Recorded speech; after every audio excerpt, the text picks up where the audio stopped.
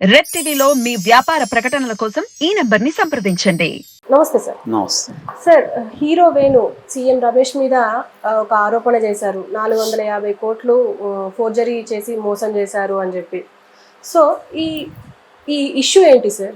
నిన్న తొట్టంపూడి వేణు ఒకప్పుడు ఆయన హీరో, తర్వాత క్యారెక్టర్ ఆర్టిస్ట్లు వేశాడు. ఈ మధ్య కొద్దిగా గ్యాప్ వచ్చింది. బట్ ఆయన ఎప్పటి నుంచో వ్యాపారాలు చేస్తున్నాడు అనేది చాలామందికి తెలుసు. సో ఆయన తరపున కావూరి భాస్కర్రావు అనే ఒక వ్యక్తి, ఈ కావూరి భాస్కర్రావు ఎవరంటే కావూరి సాంబశివరావు, ఇంతకుముందు బీజేపీలో ఉన్నారు.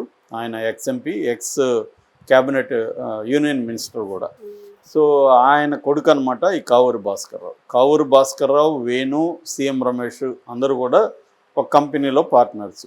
సో కావూరి భాస్కర్రావు తన తరపున, వేణు తరపున, ఇద్దరు తరపున నిన్న జూబ్లీ హిల్స్ పోలీస్ స్టేషన్లో ఒక ఫోర్జరీ అండ్ ఫ్రాడ్ కేసుని ఫైల్ చేశాడు. ఆయన దాదాపు అరగంట పైన వాంగ్మూలం కూడా తీసుకున్నారని చెప్పారు.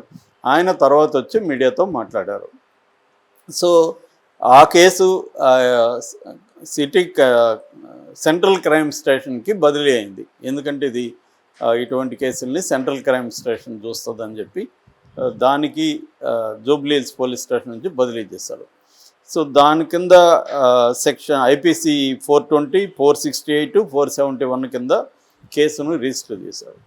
ఈ భాస్కర్రావు చెప్తున్నది ఏంటంటే, అంటే మనకి ఇది ఒక వెర్షన్ మాత్రమే మనం చెప్పుకుంటున్నాం. సీఎం రమేష్ మీడియా ముందుకు వచ్చి ఆయన ఏం చెప్పలేదు కాబట్టి దీంట్లో మనకి కంప్లీట్ పిక్చర్ అయితే తెలీదు. బట్ ఒక వీళ్ళు ఏం చెప్పారనేది మాత్రం, ఆరోపణలు మాత్రం మనం చెప్పుకోవచ్చు. సో ఆయన ఏం చెప్తున్నాడంటే, వీళ్ళు ఒక ఉత్తరాఖండ్ తెహ్రీ హైడ్రో ప్రాజెక్టు సంబంధించిన సివిల్ ప్రాజెక్ట్స్ వీళ్ళకి వచ్చింది. వీళ్ళది ఏం కంపెనీ అంటే పీసీఎల్ ఇంటర్టెక్ కన్సోర్టియం అనే ఒక కంపెనీ. దాంట్లో వేణు ఉన్నాడు, భాస్కర్రావు ఉన్నాడు, సీఎం రమేష్ కూడా ఉన్నాడు. ఇదంతా కలిసి ఒక కన్సోర్టియంగా ఫామ్ అయ్యాము. దాని తరపున 2002లో ఒక ఒప్పందం చేసుకున్నాం. Tehri hydro development corporation limited అంటే తెహ్రీ డ్యాము ప్రాజెక్టుతో ఒప్పందం కుదిరింది ఈ సివిల్ ప్రాజెక్ట్స్ చేయడానికి.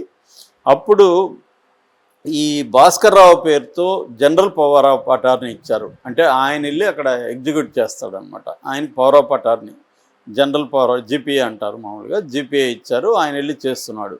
అయితే వీళ్ళకి ఒక షాకింగ్ విషయం ఏం తెలిసిందంటే, 2011లో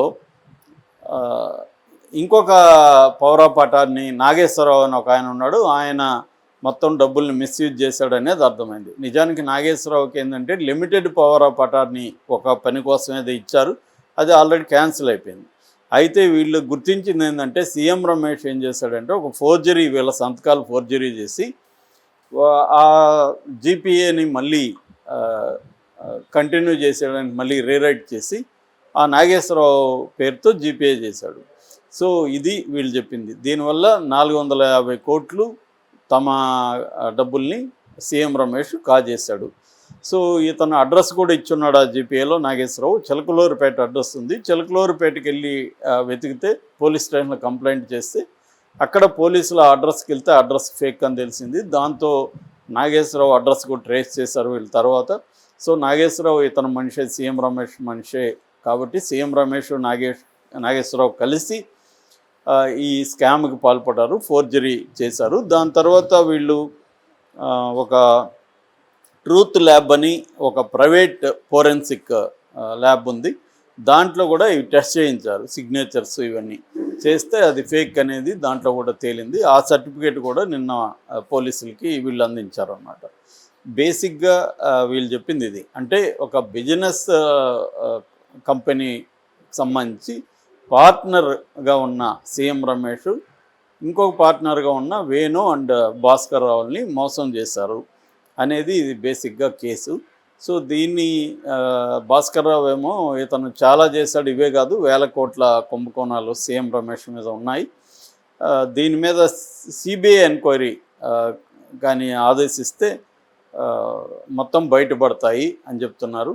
మరి దీంట్లో రకరకాల పుకార్లు ఉన్నాయి. ఇప్పుడు వీళ్ళ తరపున జగన్ రంగంలో దిగాడని ఒక పుకారు ఉంటే, ఇక్కడేమో రేవంత్ రెడ్డి రంగంలో దిగాడని అంటున్నారు. ఎందుకంటే ఈ వేణు వాళ్ళ గ్రూప్ కూడా పెద్దదే, కాంట్రాక్ట్లు అనేక చోట్ల చేస్తున్నారు.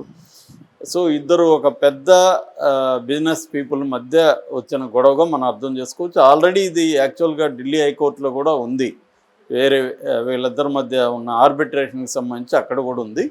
సో ఇదేమో ఫోర్జరీ కేసు అనమాట. సో మామూలుగా ఇట్లాంటి ప్రాజెక్టులకు సంబంధించి వచ్చినప్పుడు ఆర్బిట్రేషన్లో జరుగుతుంటాయి.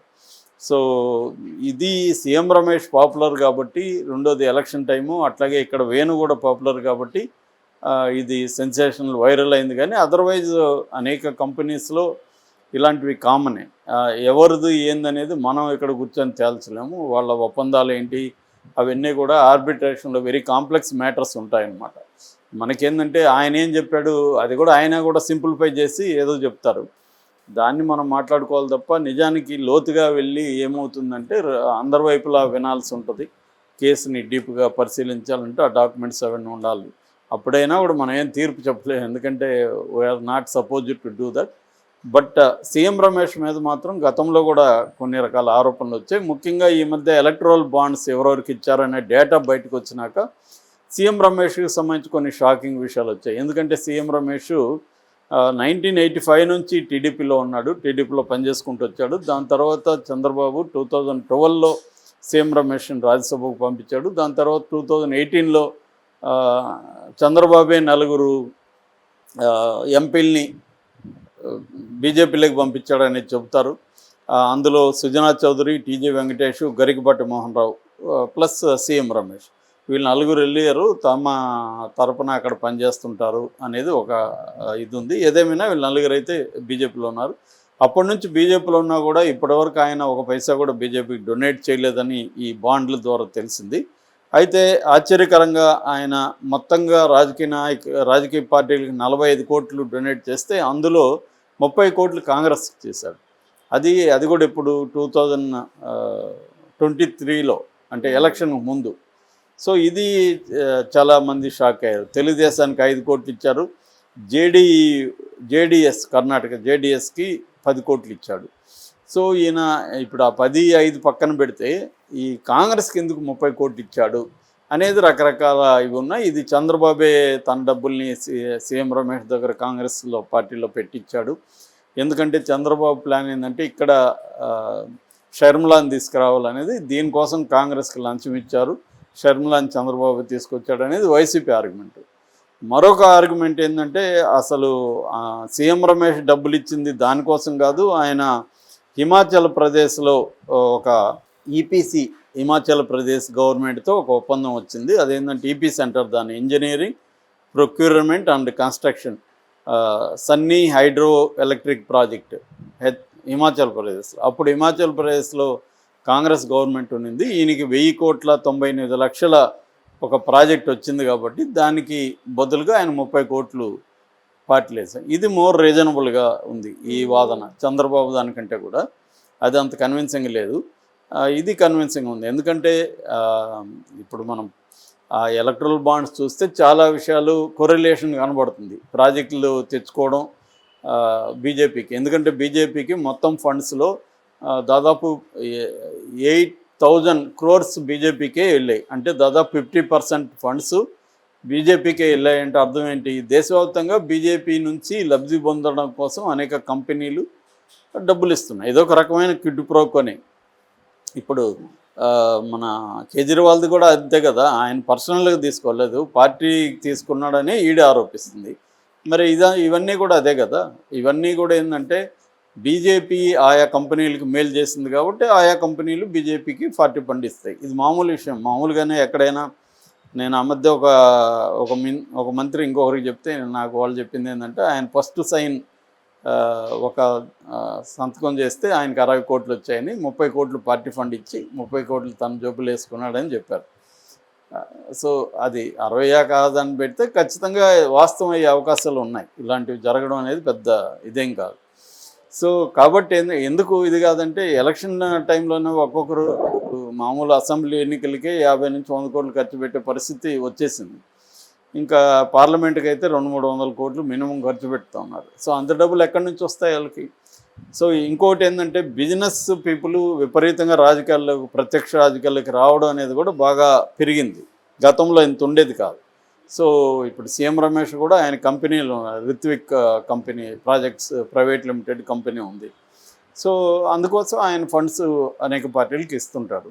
అలాగే ప్రతి పార్టీ కూడా ఇస్తుంటుంది. సీఎం రమేష్ కూడా అందుకే ఇచ్చాడు. ఇది అతను ఒక్కడనే మనం దోషం చెప్పలేము, నిర్దోషం చెప్పలేము. ఇది ఓవరాల్గా కల్చరల్ అంతే. మన దేశంలో కంపెనీస్ డెవలప్ కావాలంటే పొలిటికల్ పార్టీస్కి అనుకూలంగా ఉంటే కానీ అధికారంలో ఉన్న పార్టీకి ఈ కంపెనీస్ గ్రో అవ్వడం కష్టం. సో అందుకని వాళ్ళకి ఇవ్వాల్సి ఉంటుంది.